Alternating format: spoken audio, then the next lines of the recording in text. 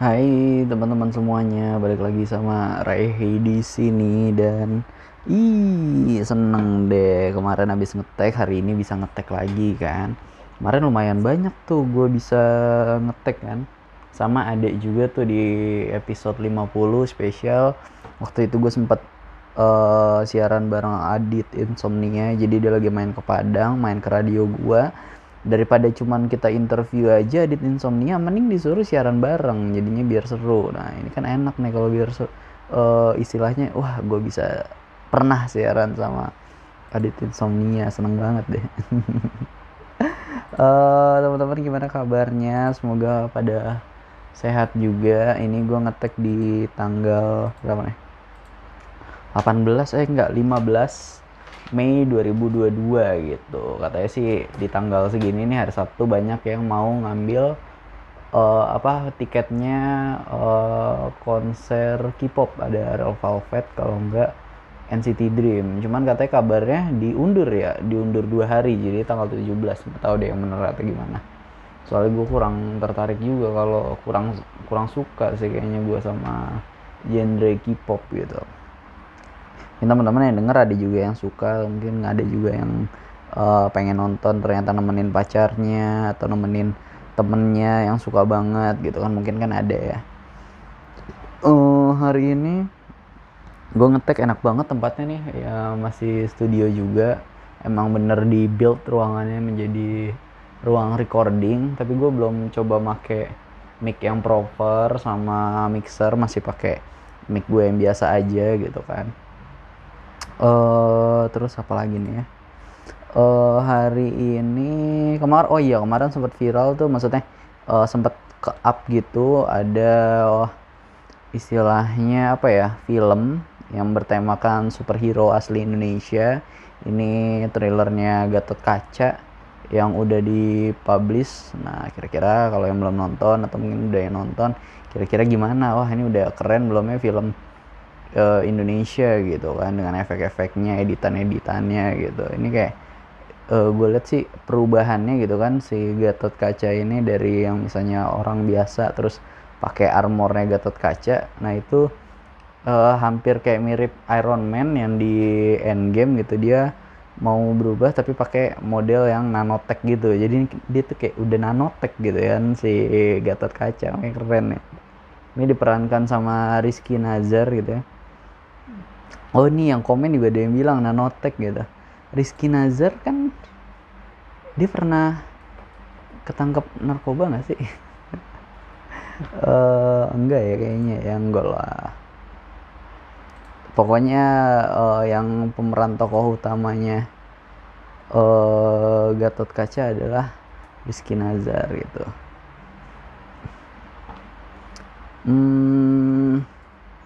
Ini kok gue lihat di Google juga, iya bener Rizky Nazar di penjara gitu. Oh iya benar, pernah dipenjara atas tuduhan penyalahgunaan narkoba jenis ganja. Tapi ya udah keluar, mungkin udah rehab juga. Dan sekarang lagi ngebintangin atau jadi superhero Gatot Kaca gitu. Wih, keren. Dan ini di trailernya juga keren sih cara dia berubah gitu. Dimana kayak ada sebuah medallion gitu kan, dari apa, emas apa perunggu ya, terus medalionnya ini di sama Rizky Nazar tuh ditonjok gitu, pas ditonjok tiba-tiba kayak nanotech gitu, udah pakai armornya. Keren ya, jadi otot kawat tulang besi Gatot Koco. Gue lihat juga di trailernya kenapa di zaman sekarang ternyata ada nih jadi Gatot Kaca. Jadi si Rizky pemerannya ini Rizky Nazar dibilang dia emang silsilahnya dia tuh keturunan langsung dari itu apa, Kurawa, Pandawa, ya dari Pandawa 5 kan. Mungkin ternyata kakek moyangnya ada si siapa, Nakula Sadewa gitu kan. Gokil sih. Terus ada dari film juga nih, kemarin tadi pagi gue baru bangun-bangun tiba-tiba ada yang bikin tweet, ada yang ngeposting katanya nih buat film Marvel selanjutnya, mungkin ya Fantastic Four, itu yang meranin sebagai Richard Rich atau Mr. Fantastic yang bisa melar kayak karet kayak Luffy adalah Daniel Craig. Nah cuman itu dia jadi pilihan pertama, cuman akhirnya nggak diambil sama Daniel Craig-nya karena waktu ditawarin tuh kayak masih zaman-zaman covid tinggi gitu, jadi dia emoh gitu gara-gara masih nggak aman soal covid-19. Cuman nggak tahu deh, mungkin sekarang ditawarin lagi atau gimana, nggak tahu juga deh siapa. Apalagi tadi ya, oh ini ada postingan dari bapak-bapak ID. Ini soal ini sih, rokok gitu. Dia ngeposting katanya barang-barang ini bisa ngebantu bapak-bapak supaya bisa berhenti ngerokok gitu. Yang pertama ini adalah permen. Nah jadi biasanya ada orang yang emang buat ngehentiin ngerokok, terapinya adalah rajin-rajin makan permen karet gitu kan. Jadi orangnya dia nggak mau ini malah nggak mau ngerokok gitu. Atau kadang kalau ada emang orang udah edik banget walaupun makan permen karet, tapi jarinya yang dia biasa buat ngerokok tuh dicium-ciumin apa dijilatin gitu kan, gara-gara edik banget sama nikotinnya. Nah kamu jangan sampai kayak gitu ya, ngerokok gitu kan. Terus ada lagi adalah yang pakai ini nikotin tempel gitu. Jadi biasanya ada yang ditempel di badannya gitu kan, jadi lu nggak ngerokok tapi tetap dapat asupan nikotin gitu, jadi kayak biar lu nggak sakau. Emang itu sih ya, jadi adiksi itu ya, maksudnya bikin lu kecanduan gitu. Ada juga yang nikotinnya tuh nikotin spray, jadi ini kayak pewangi mulut lah ya, apa mouth spray gitu, tapi isinya nikotin. Jadi lu udah nggak bakal ini lagi sakau kayak pengen ngerokok enggak. Terus banyak varian rasanya, ada rasa coolberry, fresh mint, ini jangan iklan lagi. Terus ada yang malah makan permen itu malah permen nikotin gitu. Gue baru tahu juga sih nih soal berbagai macam caranya gitu. Yang gue tahu biasanya orang berubah jadi pakai vape, tapi vape juga ada nikotinnya. Terus kalau enggak rokok elektrik, tapi bukan yang vape tuh, yang apa ya, atau berubah ke tembakau gitu, benar-benar pakai yang tembakau, lu kayak ke toko tembakau nyari tembakau kering gitu. Ini kita mau masuk ke Line Today, tapi sebenarnya gue rada males. Gue semalam tuh nonton ini kan, nonton big match Chelsea lawan Liverpool final FA. Udah gue bilang jangan sampai kalah, nanti gue maluin nih, dicengin sama fans Liverpool. Kalah, aduh, 2 kali final sama Liverpool, kalah 3 kali masuk final FA Cup, kalah juga, hat-trick. Waduh anjir.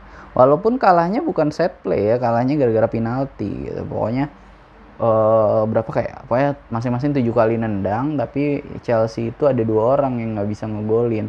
Pertama ada Azpilicueta, kalau bagian Liverpoolnya yang ngegolin malah Mane, bisa ditepis sama Mendy. Kalau Azpilicueta kena tiang. Nah terus yang satu lagi yang bikin kalah adalah Mason Mount nendang kebaca sama Alisson gitu kan, ketepis lah. Akhirnya terus penentu kemenangannya si siapa namanya, Liverpool, ada tendangannya penalti diambil sama Tsimikas gitu. Tsimikas ini juga masuknya adalah di pas menit-menit injury time, bukan injury time, extra time gitu. Gokil, sedih sih hanya tiba-tiba. Aduh, kalah. Gue nggak sanggup ketemu temen gue yang fans Liverpool ya, sedih banget emang nih. Chelsea tadinya mau nge-prank Liverpool gitu, yang tadinya di mau treble atau apa, malah cuma dapat Carling. Sekarang Chelsea nih yang nggak dapat apa-apa. Aduh, emang nih gara-gara Rusia Ukraina kayaknya, nih gara-gara Chelsea masih tertanda, yang punya masih orang Rusia gitu, masih Abramovich, jadi nggak bisa menangin apa-apa nih kayaknya.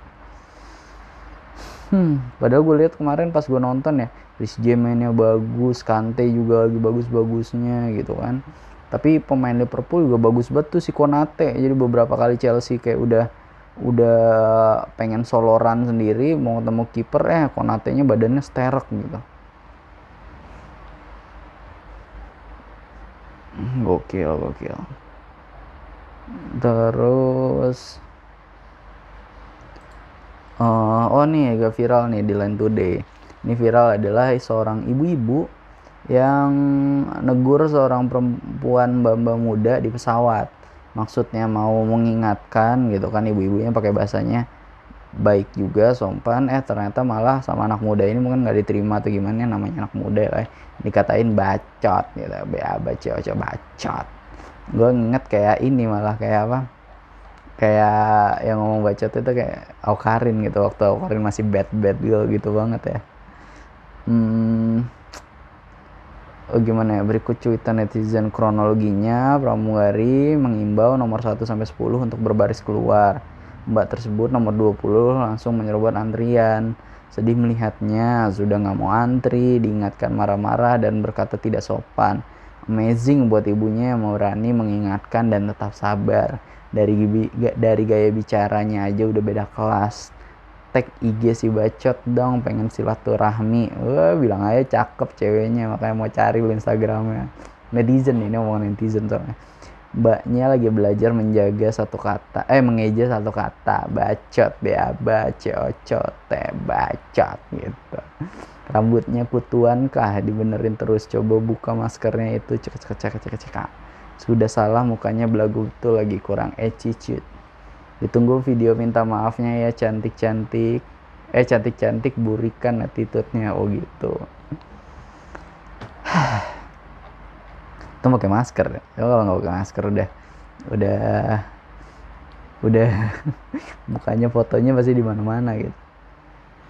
Terus ini ada lagi yang viral di Line Today, ini di publish sama liputan6.com, katanya kerja di Rans Entertainment jadi incaran.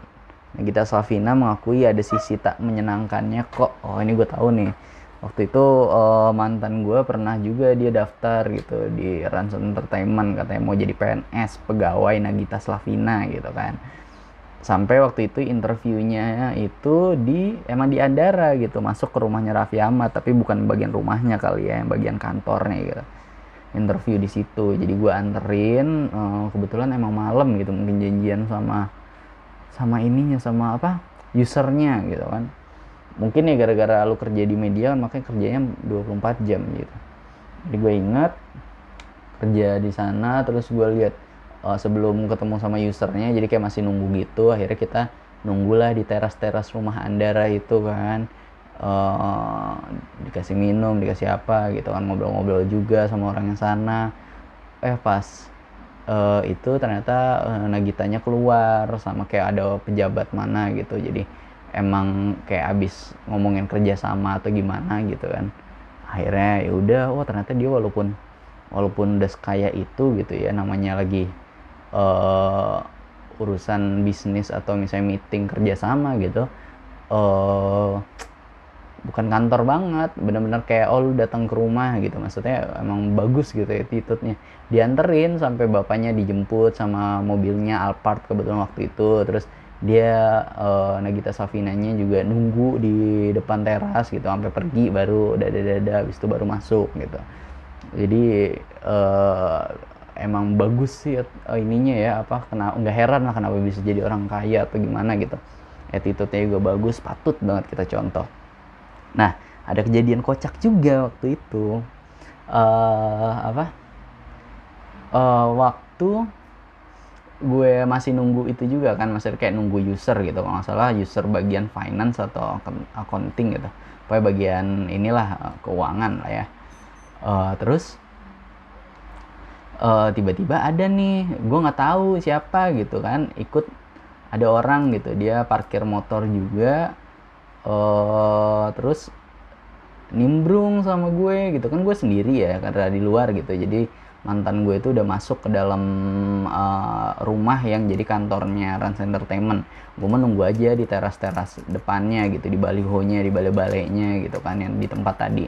Sama misalnya sama siapa ya, kayak sama karyawan yang lain bilang, oh ya tunggu sini aja gitu ya. Terus ngobrol-ngobrol kayak, iya bentar kok, ini tadi lagi jenguk siapa gitu, ini jadi pergi semua ramean gitu, ada yang ketua finance apa gitu ya, paling bentar lagi udah mau pulang kok, ini katanya lagi beli buah gitu, titipan siapa gitu. Akhirnya nunggunya jadi di teras kan. Nah, terus udah masuk deh mantan gue interview gitu, sisa gue sendiri.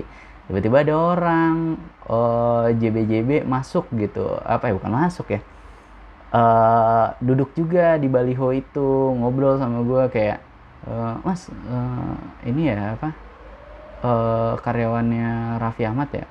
Oh enggak mas, saya nganterin yang ini doang, nganterin yang mau interview kerja. Oh gitu, kalau Raffi Ahmadnya ada mas di dalam gitu. Wah saya nggak orang tahu mas, saya cuma di sini doang tadi, emang katanya kan eh, orang yang mau interviewnya lagi di luar, lagi keluar sebentar, jadi ya udah tunggu di sini gitu. Oh gitu, kata orang yang tiba-tiba JB gitu. Iya saya juga mau ketemu Raffi Ahmad nih mas gitu. Saya dari mana ya waktu itu dia bilang ya, dari jauh lah gitu, bukan, kalau Bekasi kan masih kota Bekasi, nah dia mungkin lebih jauh lagi dari Bekasi gitu ya, entah kabupatennya atau mana gitu kan, apa kabupaten Bogor atau gimana gitu. Ya saya dari ini mas, tadi naik motoran ke sini gitu. Oh bagus ya rumah Raffi Ahmad gitu ya. Iya mas gitu. Oh, saya ngefans banget sama Raffi Ahmad. Oh ternyata fansnya gitu kan, sampai datang-datang ke rumah. Wih gila nih fansnya kan.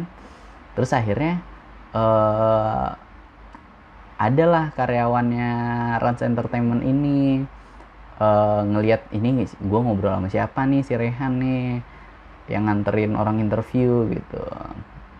Terus akhirnya dia ikut JB datang ke, ikut si karyawannya ini, kawan Rans ini, JB datang ke baliho gue tempat nunggu, apa tiba-tiba kayaknya ini deh, kayaknya orang yang tadi ini yang ngefans ini akhirnya nanya sama karyawannya gitu, mas Raffi Ahmadnya ada di dalam gitu, ada di dalam nggak gitu.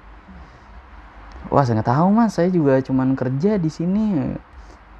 Ternyata si karyawan ini laporan gitu kan, ngadu dia mungkin ngadu lah ke atasannya gitu. Ini ada orang nggak tahu nih siapa, dia mungkin kayaknya fansnya bos Raffi nih, tiba-tiba datang gitu kan. Gue nggak tahu kayak gitu, cuman akhirnya si fansnya itu ngobrol lagi sama gue kayak misalnya, oh iya dari jam berapa mas di sini gitu, emang iya dari tadi nggak ada Raffi Ahmadnya lewat. Enggak mas, saya nggak perhatiin, saya cuman nganterin orang interview doang gitu. Oh ya bla bla bla bla, ternyata dateng lah, kayak bukan satpam komplek ya, ini kayak lebih bodyguard yang emang cuman buat ngejagain rumahnya Raffi Ahmad gitu, gede gitu badannya kan. Kamu ngapain di sini, gitu kan. Oh ini pak, saya mau ketemu Raffi Ahmad gitu. Emang udah bikin janji gitu? Enggak pak gitu. Nah, terus kamu ngapain sih nggak bikin janji ini? Kok mau bisa masuk gitu? Kok kamu bisa masuk kompleks ini gitu? Iya tadi kata satpam masuk aja gitu. Akhirnya satpamnya datang lah, satpam kompleknya kan kayak klaster gitu dijagain kan. Sampai itu satpamnya malah apa namanya, diomel-omelin sama yang bapak-bapak badannya gede nih, yang mungkin bodyguard keluarga gitu kan. Ini gimana sih satpam klaster nih, ini ada orang nggak jelas masuk gini, ntar kalau kenapa-napa majikan saya gimana. Kan aturan ditanya kalau mau datang sama gimana, udah bikin janji atau belum gitu kan. Akhirnya di inilah, di tag lah ini orang yang tadi fansnya itu, dibawa ke kantor security atau gimana gitu. Nah akhirnya gue tahu juga, ini orang-orang yang kayak gini banyak yang mau ketemu artis ini, bahaya juga ya. Dia udah tahu misalnya rumahnya di Andara, Sultan Andara atau Bintaro gitu. Kadang-kadang ada yang iseng cuk mau datang, mau ketemu atau minta duit gitu kan, tahu ternyata artis ini kaya gitu, mungkin yang kayak Baimong dulu gitu kan. Untung gue nggak ditanyain yang aneh-aneh kan, dikira kamu fansnya juga ya. Enggak pak, saya nganterin orang interview gitu. Mungkin gara-gara ini sih yang tadi fansnya itu udah aneh kali kan, datang ke karyawannya, entah nih mungkin ternyata asistennya Nagita atau kayak gimana gitu kan. Gue baru sekali-kali itu tuh ngeliat, anjir kayak reality show termehek-mehek gitu kan. Dia ada apa nih? Gue cuman pelangap-pelongo aja nonton duduk di ini apa, di baliho itu kan. Jadi kayak emang kayak bener-bener baliho, meja bulat kayu, terus ada payungnya gede gitu, kayak mana di Bali atau misalnya kayak di apa, kolam renang biasanya kan ada tuh kayak gitu ya. Itu tuh pengalamannya. Cuman ya mungkin enak, ada enaknya juga jadi fansnya Rans Entertainment. Mungkin nanti bisa ketemu artis-artis public figure temannya Raffi. Terus juga kalau nggak salah kemarin kalau lebaran THR atau apa lagi ulang tahun terus dikasih iPhone gitu kan. Itu mungkin ya enaknya. Cuman ya katanya juga ada yang sisi nggak menyenangkannya. Mungkin kayak job desk-nya banyak, terus jamnya tuh nggak kayak jam 8 sampai jam 5 gitu, 8 to 5 ya namanya di industri kreatif gitu kan. Terus ini ada lagi nih, beritanya dari Grid ID. Gara-gara vas bunga pecah, suami tertangkap basah telah belasan tahun menyembunyikan uang dari istrinya, endingnya tak terduga gitu. Gokil sih nih. Gue kalau nyimpan yang kayak gini ya, ini kayaknya nggak boleh diikutin deh. Dulu sempat pernah ada berita atau kayak gimana gitu, ibu menabung di bawah kasur atau kayak gimana, tiba-tiba uangnya dimakan rayap gitu. Mending kalau kan ada ketentuannya, duit itu bisa ditukerin di BI kalau misalnya masih utuh, misalnya 70% gitu. Kalau udah di bawah 70% utuh nggak bisa diganti. Makanya bye-bye, mending kalau emang punya uang terus langsung dimasukin lah ke bank atau lo investasikan misalnya deposito, reksadana gitu, yang kayak gitu-gitu. Apalagi kemarin gue juga sempat baca, kan gue pengen kayak lihat, ternyata kalau yang paling atasnya Bank BCA adalah BCI lagi, adalah BCA prioritas. Gimana sih kalau mau jadi nasabah BCA yang prioritas? Kan biasanya enak tuh dapat tempat tellernya beda, CS-nya beda, jadi istilahnya lu nggak perlu antri lama gitu. Kalau lu bawa mobil ada tempat parkiran khususnya gitu. Kalau mau masuk ke kantor BCA ada pintu khususnya juga gitu. Nah, ternyata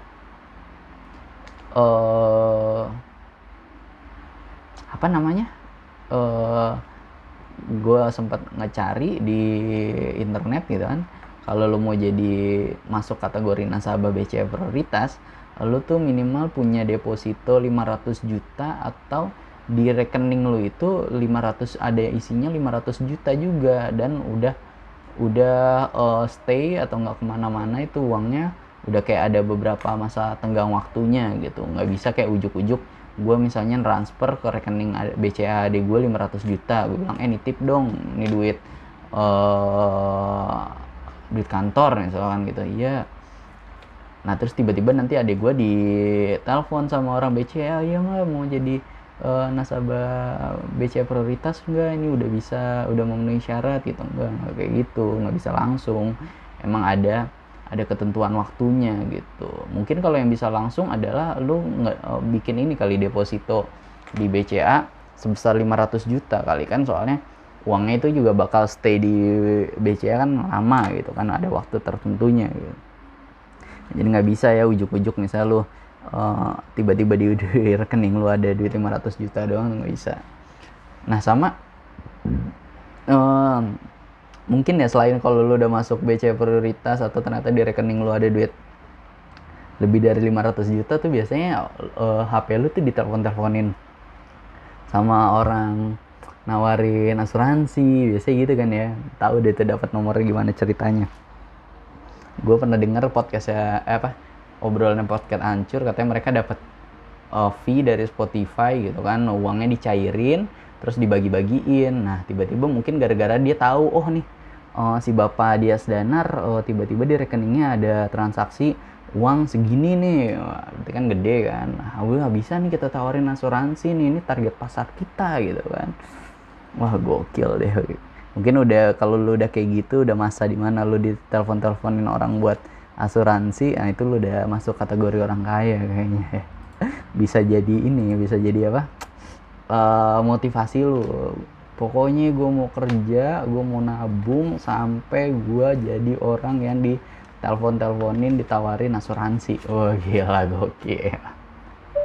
Gue juga kayak mau kayak gitu deh, istilahnya udah well finance gitu kan, udah nggak udah misalnya nggak mikir lagi besok mau makan apa ya. Mungkin kalau jadi mahasiswa sekarang masih mikir, aduh uang jajan gue tinggal segini lagi, masih dikirimin lagi, masih minggu depan lah nih, gimana caranya gue stay gimana nih. Udahlah, masak nasi ya, makannya beli gorengan dah 4 biji ya. Ada nggak ya yang kayak gitu? Aduh. Wah, ini juga ada berita nih dari High Techno, dari Line Today, katanya tukang parkir ini dituduh pakai iPhone 11 Pro Max palsu, faktanya bikin kaget. Nah iya, ini gue juga kadang suka lihat misalnya di Alfamart, Indomart, Alfamidi, Alfamax, yang kayak gini-gini nih, Alfa Express, ada kan tukang parkir ya kan. Jadi kalau kita datang, dia nggak ngurusin motor kita. Pas kita mau keluar, nah motor kita baru deh dia urusin gitu ya, kayak cuman ditarikin atau nggak bersihin jalan gitu kan, biar nggak ada orang lewat gitu. Nah waktu dia nggak ngapa-ngapain, nah dia biasanya main HP kan, entah main Mobile Legend atau apa. Pas kita lihat emang HP-nya canggih nih, ada yang iPhone gue pernah lihat juga, ada yang kameranya banyak bener gitu kan. Wah, entah Oppo apa Xiaomi, cuman kalau kameranya banyak bener kan tetap aja gitu. Nah ada nggak sesuai ini, gue bilang dia anjir lu minta duit sama gue parkir 2.000, HP lu aja iPhone, gue HP masih minta sama orang tua. Nggak boleh nih kayak gini-gini ya. Kadang mungkin staraf sosialnya masih tinggian lu daripada gue dah.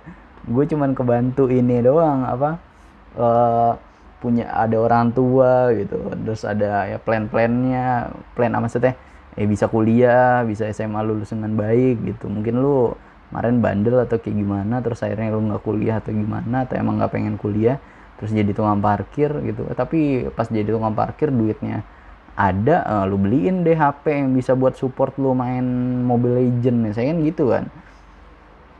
Kadang gue suka, temen gue ada tuh dulu, dia bilang lu mah enak pada kuliah ada duitnya. Lo gue gimana lah, gue bilang ya, lu misalnya nih lu mau kuliah nih yang gampang dah, fakultas ekonomi gitu di swasta, berapa UKT-nya? UKT-nya sebulan satu semester 7.500.000 gitu, apa 5 juta gitu. Ini kan lu tinggal lihat aja ya, ini 5 juta lu bagi deh per hari, lu bagi berarti sekitar 153 hari ya Pak ya, kalau nggak salah ya, kan 365 hari gitu. Ya paling seharinya lu cuman butuh 10.000 apa nggak nyampe 20.000 deh. Jadi lu kalau jadi tukang parkir, lu parkirin motor sampai 10 dah, terus lu parkirin bener, pas bapaknya datang gitu di Alfamart, lu kasih ini papa di sini aja gitu. Pas bapaknya masuk ke dalam, motornya lu kasihin kardus joknya biar nggak kepanasan nanti pas lagi mau pakai motornya lagi. Terus kalau misalnya bapaknya mau, oh iya pak mau keluar, ya mbak mana kuncinya biar saya keluarin dari barisan gitu. Misalnya kan ada tuh yang kayak gitu tuh, kalau tukang parkir kayak gitu seneng gue, biasanya di Jogja tuh yang kayak gitu tuh. Jadi dia emang baik gitu. Misalnya kita udah ngeluarin kunci, terus kita puter nih jadi nggak kunci stang, nah nanti dia inisiatif, sini bu biar saya keluarin motornya gitu, ke arah mana bu, barat apa timur, nah biasa gitu tuh dia nanya. Nah kan gue bingung, barat timur mana nih, gue nggak pegang kompas nih, shock culture gitu kalau pertama kali ke Jogja gitu kan. Saya ke sana pak, ke kanan, oh iya ke kanan, terus udah tuh rapih dikeluarin terus distandarin gitu, diambil kardusnya. Kalau bapaknya rajin atau misalnya nggak ada yang motor keluar lagi, dilapin gitu joknya kalau tadinya berdebu atau kaca spionnya. Mantep tuh yang kayak gitu. Itu gue kalau ngasih ya, kalau emang cuman di Jogja biasanya cuman 1.000, itu mau gue kasih 2.000 kalau nggak goceng gitu kan.